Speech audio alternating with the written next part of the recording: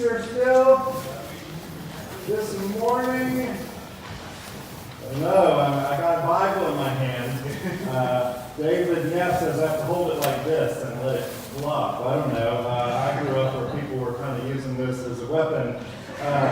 So I'm going to take us all a little bit out of the comfort zone. I'm bringing the Bible into the pulpit.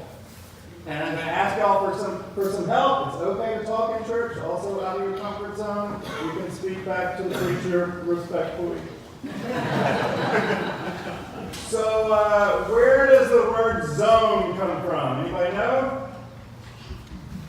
I mean, if you just guess Greek, it's probably going to help. So from Latin, zona, but then before that, from Greek, zone. Anybody know what it might mean? Girdle, belt. Get it like encompassing something, like a zone, geographically, like, I don't know, yeah. So name some types of zones. No parking. Time. No parking zone. School zone. School. School. End zone. Work zone. What is that? No smoking zone, okay. Quiet zone. Quiet zone. Ozone. Not there. What else? Any others? Empowerment. What's that? Empowerment. Empowerment. That is a whole other sermon I can think about. Pentecost. Come back to Pentecost. We'll talk about that. No fly zone. No fly zone. Zoned out. 2-1-2-1-2. Okay. Twilight. Okay, none of those are on my list, but I'll keep going.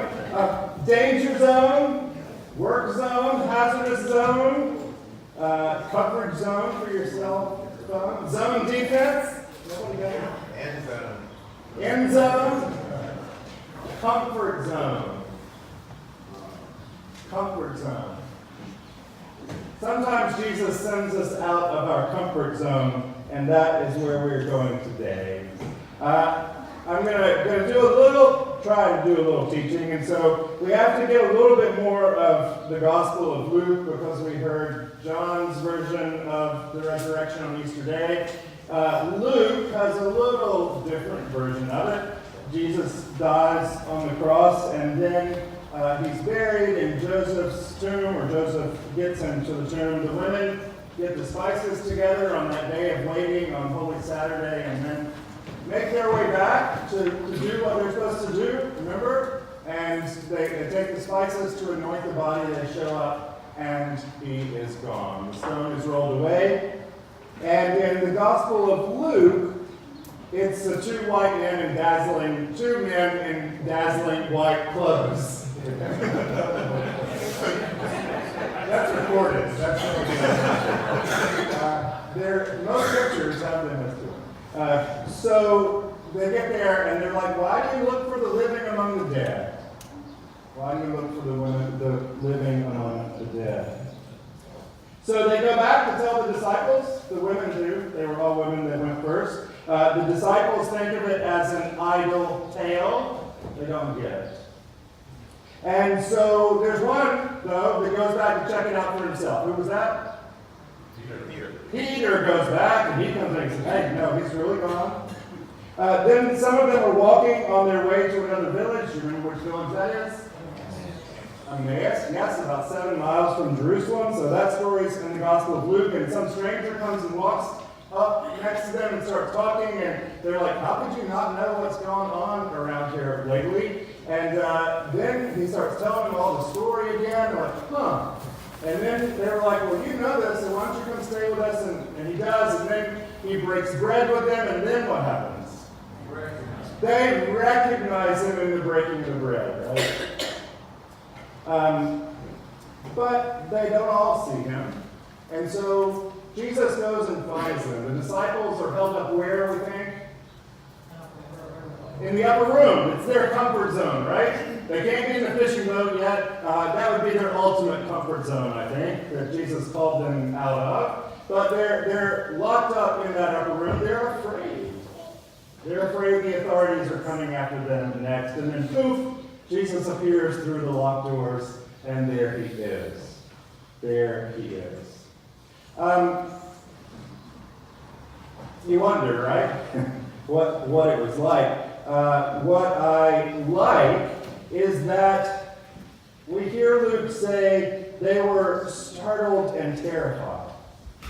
Exactly, I think, how we would be if Jesus walked through those doors right now, startled and terrified. But we get this little thing, while in their joy, they get credit for being joyous. They're excited. He's back.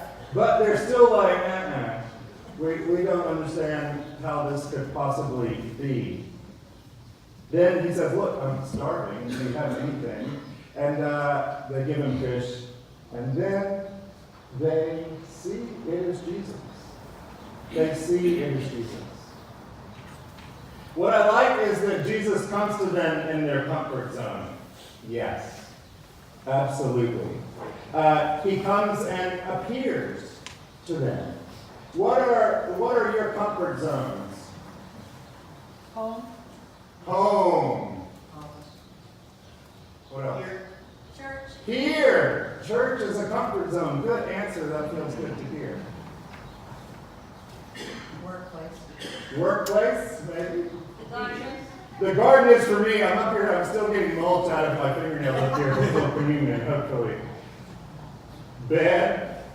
Your car. Your car. Kitchen. This country. Family. Family. I hear some people say the county. In someone's arms. In someone's arms, with our beloved, with our children. By yourself. In your room. Jesus comes, yes, absolutely. Shows up here. It is why I keep coming back to recharge, to be fed. We can count on Jesus. I can count on Jesus pretty much every time I come in this building, showing up in some way, shape, or form. Jesus shows up, and what I like in this version of the gospel when he shows up, and also when he shows up to Thomas, which we heard about last week, he never judges.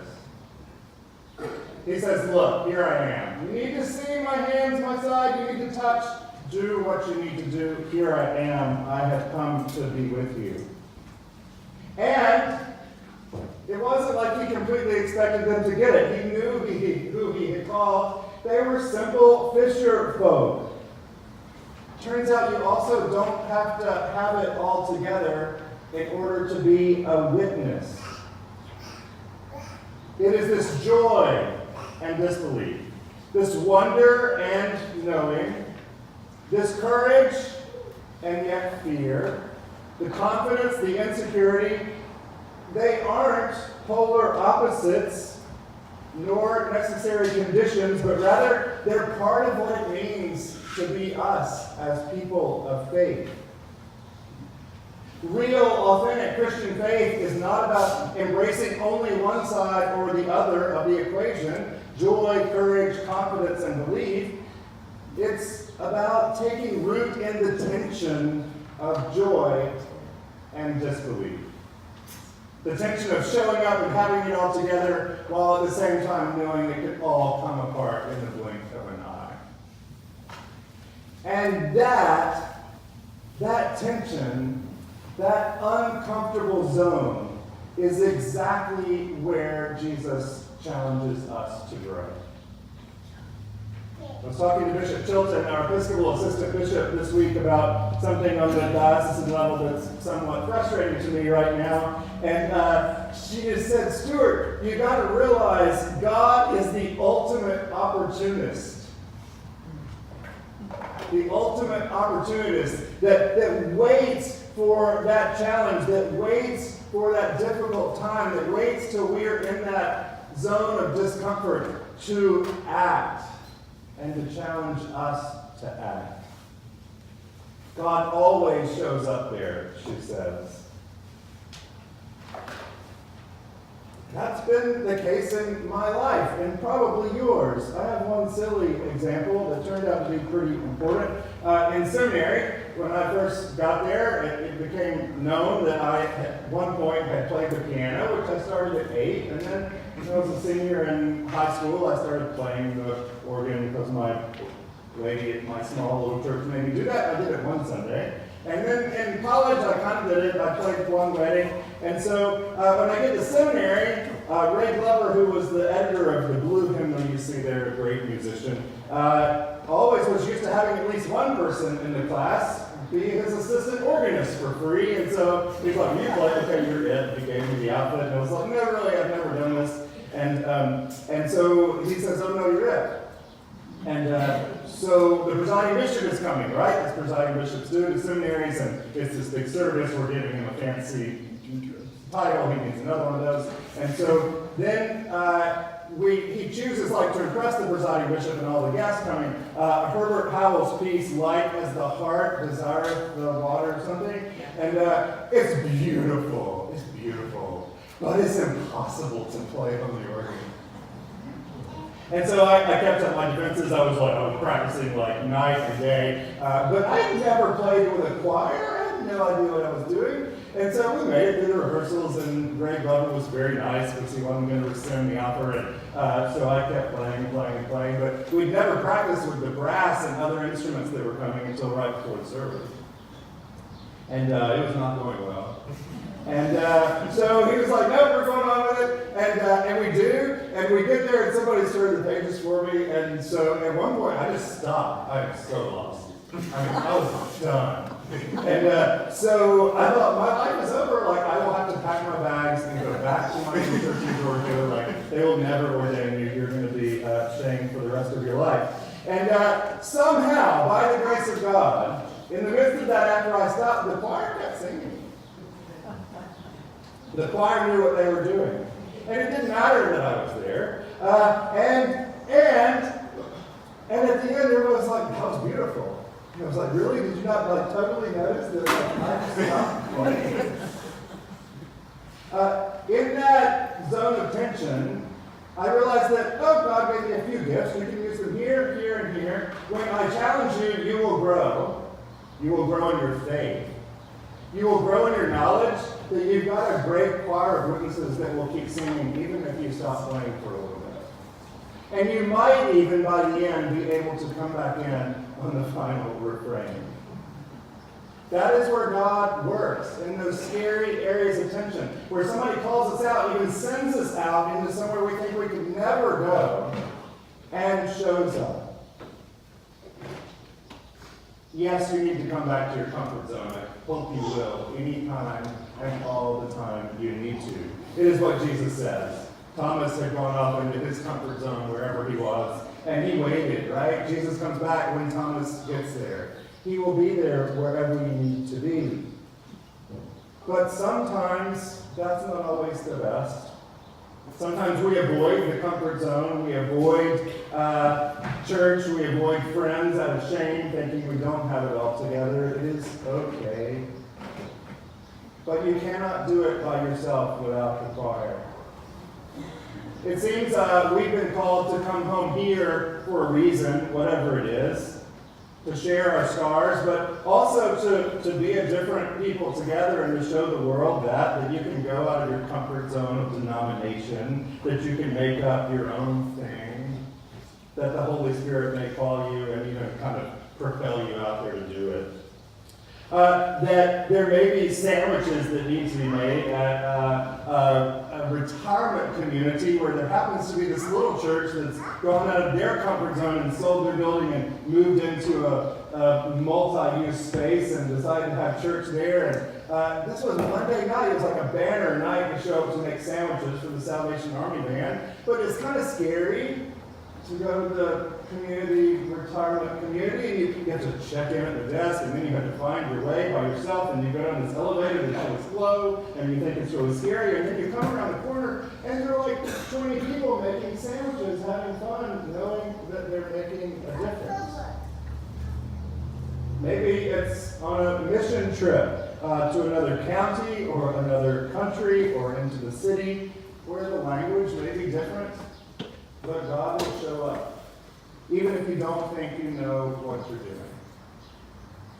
Finally, a little lesson about Acts. You know that Luke continues with the book of Acts, and Acts comes after the Gospel of Okay, I'm trying to find somebody other than the clergy that know these answers. and we are looking for other members of the trivia team. We may have 2 teams for the Lutheran Campus Ministry on Saturday night. If you want to join the trivia team, if you know the answers to some of these questions, let me know. So after the Gospel of John, in the book comes the book of Acts. And so what you got was Peter started to talk, but does anybody know what they had just done? So they had just performed a miracle. They had healed the guy. They had healed the guy. Peter and John, and it was the guy who was always by the gate. It was the one who everybody knew at the stoplight, that they passed all the time. And he was the one they chose, and they healed him, and it worked. They didn't know what they were doing. The disciples were fishermen. But Jesus had said, I'm going to send you out, and this is what you do. You preach, you teach, you heal, you cast out demons. And so they do it, and it works. And I think this is that moment where they realize, like, oh, this is what he was talking about.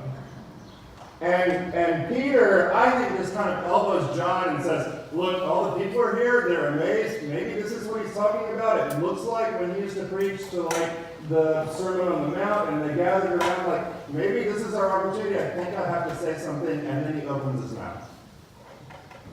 And the Spirit gives him the words. What you don't have is the fact that they were not alone. The gift of the Holy Spirit had come earlier in chapter 2, right before this. Sometimes in the scary zones it feels we are alone, but we are not. We're surrounded by a choir, and we have the gift of the Holy Spirit. That empowerment zone has already been part of the story. And we have that to go forth, to be witnesses of what has gone on here, to be witnesses that we can make it through scary, uncomfortable times. So go forth from this comfort zone. You have got this. You've got this comfort zone to come home to, and you've got what is out there. You've got promise. You've got faith, and you have good news to share. Hallelujah. Amen.